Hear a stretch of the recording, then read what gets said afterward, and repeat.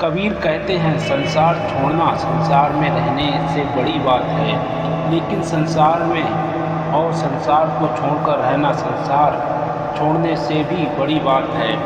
तो कबीर कहते हैं अवधूत से भी ऊपर एक दशा है और भय दशा है जल में कमल में, संसार में होकर भी संसार को अपने में न होने देना।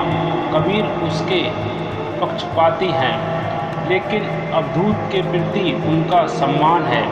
वे कहते हैं कुछ तो किया, कुछ तो अपने बदला, पर से मुक्त हुआ, संसार से मुक्त हुआ। लेकिन कबीर कहते हैं कि संसार से मुक्त होने से भी बड़ा बात है। संसार में मुक्त होना भय कबीर की संसार और परमात्मा के बीच संधि है, संसार और परमात्मा के बीच संबंध है। तो संसारी से बेहतर है त्यागी, लेकिन त्यागी से भी बेहतर है भय जो संसार में है और संन्यास है। यह मेरे संन्यास की धारणा भी है। तुम जहाँ हो वहीं, जैसे हो वहीं, ठीक उसी दशा में तुम्हारे भीतर रूपांतरण हो जाए, क्योंकि रूपांतरण मना स्थिति का है, उपस्थिति का नहीं। अवधू का अर्थ है परिस्थिति छोड़कर चला गया। सम्मान तो है, लेकिन कबीर की अपनी धारणा नहीं है भय। इसलिए जहाँ वे अवधूत का उपयोग करें, वहाँ जानना कि वे बड़े सम्मान से बोल रहे हैं, खंडन नहीं करेंगे। स्वीकार है उन्हें अवधूत की दशा, लेकिन अपने शिष्यों को वे अवधूत होने के लिए नहीं करते। वे और भी ऊपर ले जाते हैं। और जहाँ कबीर कहे भाई, जहाँ समझना वे साधारण को संबोधित कर रहे हैं। वह संबोधन भी प्यारा है। जब भी कबीर बोलते हैं भाई, तब वे साधारण तो संबोधित कर रहे हैं, लेकिन साधारण को वे भाई संबोधित करते हैं। अगर कोई प्राप्त हो तो तुमने ही बाधाएं बिठा रखी हैं।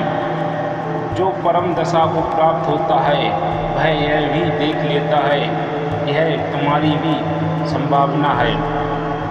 तुम बीज की तरह पड़े हो, यह बात दूसरी, अन्यथा तुममें भी संबंध आ सकता है, बाहर आ सकती है, फूल खिल सकते हैं। तो कबीर जब सन्यास व्यक्ति को संबोधित करते हैं तो वे बड़े प्रेम से कहते हैं भाई, भाई से शुरू हो। समझ लेना कि वह साधारण के लिए कहा जा रहा है। साधारण सीधे लोग हैं, तो पंडित हैं, न पुरोहित हैं, न काजी हैं, न मुल्ला हैं। सीधे सादे लोग हैं। जीवन जैसा उनको कहते हैं कि जो मुझे मिला है वह तुझे भी मिल सकता है। मुझसे और तुझसे भेद नहीं, हम एक ही परमात्मा की संतान हैं, इसलिए भाई। और हम एक ही संपत्ति के मालिक हैं, इसलिए भाई। और कभी कभी कबीर संबोधन करते हैं जोगिया, योगी, तो वे बड़े तिरस्कार से कहते हैं। जोगिया का अर्थ होता है क्रियाकांड में उलझ जाना, जो मूल तो चूक गया और आसार को पकड़ लिया। कोई शीर्षासन लगाए खड़ा है, कोई कांटों पर लेटा है, कोई शरीर के कसरतें कर रहा है। इसको वे कहते हैं जोगिया।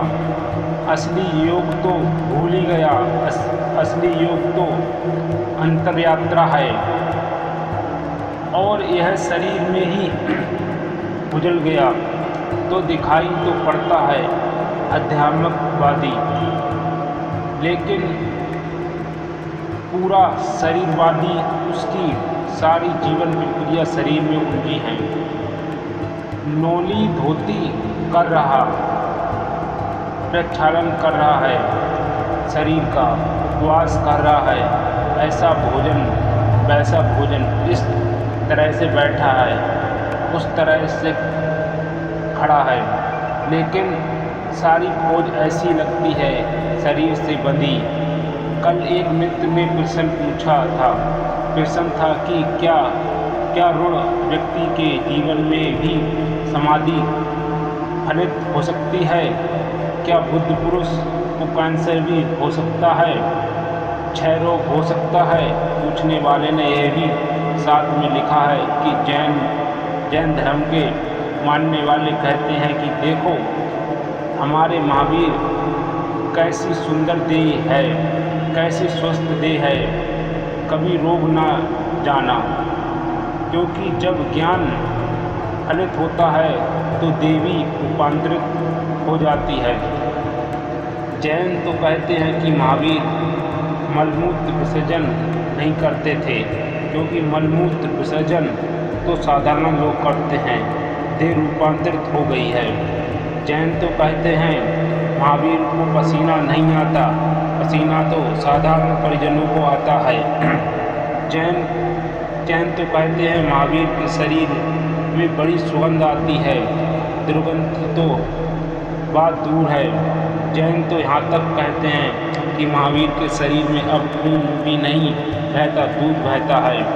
तो जिसने प्रश्न पूछा है उसने पूछा है कि क्या यह बात सच है कि क्या आत्मा के अवतरण पर देह की सर्वारु बदल जाती है?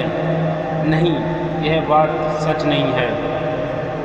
रामकृष्ण को कैंसर हुआ, महर्षि को कैंसर हुआ, और किसने तुमसे कहा है कि महावीर को बीमारियां नहीं हुई?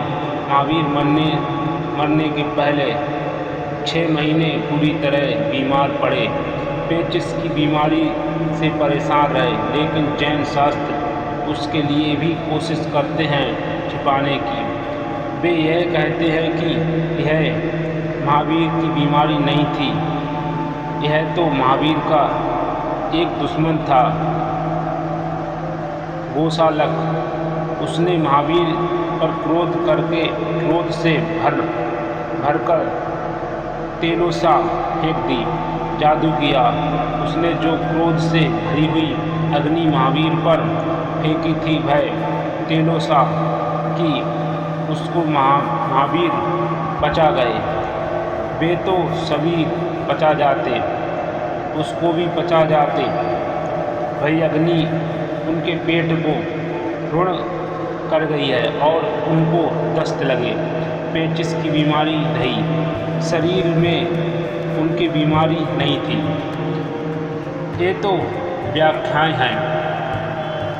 सो तो फिर कोई रामकृष्ण का भक्त कहता है कि किसी को कैंसर था। परमहंस के भाई ने लिखा है कि भक्त का कैंसर अपने ऊपर ले लिया। सो रमण के भक्त ने भी यह कह सकता है कि सारी दुनिया की तकलीफ उन्होंने ले ली, जैसे शिव ने जहर पी लिया और नीलकंठ हो गए। ऐसे रमण महर्षि कंठ में कैंसर हो गया, क्योंकि सारे जगत की पीड़ा उन्होंने अपने ऊपर ले ली। यह सब बकवास है, इसका कोई मूल्य नहीं। लेकिन एक बात इसमें साफ है कि तथागत आध्यात्मिकवादी भी बड़े, देहवादी बड़े, भूतवादी बड़े, पदार्थवादी सच तो यह है कि देह तो रोग का घर ही है। देह यानी रोग, देह यानी स्वस्थ रहती है, चमत्कार है। देह ऋण रहती है, यह स्वाभाविक है। लेकिन हमारी पकड़ देहवादी की है। तो महावीर को अगर आत्मा का ज्ञान हुआ है तो हम तत्क्षण देह में उसके लक्षण मांगना चाहते हैं कि देह में लक्षण होने चाहिए, और फिर मूर्खतापूर्ण बातें भी हम कहते हैं कि खून दूध बन गया और शरीर में दूध बहने लगे। आदमी सड़ जाएगा क्योंकि दूध कभी भी दही बन जाएगा। दूध से आदमी जी नहीं सकता, खून अनिवार्य है। और देह तो जिन्होंने बुद्धत्व को पा लिया है उनकी साधारण लोगों से ज़्यादा जीर्ण जर्जर हो जाती है, क्योंकि उनका सारा लगाव छूट गया देह में और नहीं है। देह से सारे संबंध छूट गए, देह से सब सेतु टूट गए, देह से बंधन क्या रहा। अब देह में प्राण अपने डालते ही नहीं है तो देह को ऐसे घिसटने लगी। अब तो पुराने कमरों का संस्कार है। अब तक देह चलेगी और गिर जाएगी।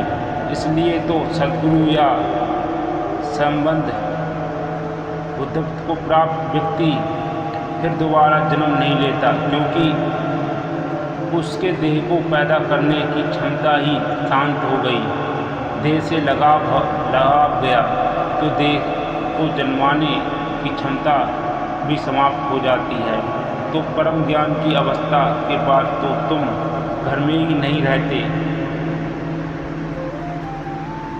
खंडर में रहते हो। और क्योंकि मालिक बिल्कुल उदास हो गया, अब घर की कौन फिक्र करता। और घर तो आज नहीं कल गिरना है। घर गिरना शुरू हो जाता है, लेकिन हमारी पकड़ बड़ी शारीरिक है। तो हम तो महावीर को ऐसा चित्रित करेंगे कि जैसे महावीर कोई गामा हो, धारा सिंह हो। कुछ होश की बातें करो। अगर यह सच है कि महावीर को देह परम ज्ञान के कारण सर्वांगीण स्वस्थ हो गए, तो फिर जो लोग सर्वांगीण स्वस्थ हैं उनको परम ज्ञान हो जाएगा। फिर तो जंगल में पशु आसानी से बुद्धत्व को उपलब्ध हो जाएंगे। योगियों में भी यह धारा ही है कि किसी तरह देह को स्वस्थ करो। उम्र बड़ी करो और तुम्हें कोई योगी मिल जाए और दिखता हो कि 40-45 साल का है और कहे 150 साल मेरी उम्र है, अब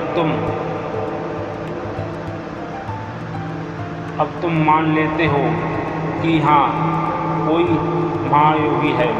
तुम्हारी पकड़ शरीर को तोलती है। तुम्हारे सोचने का ढंग वैदिकवादी है।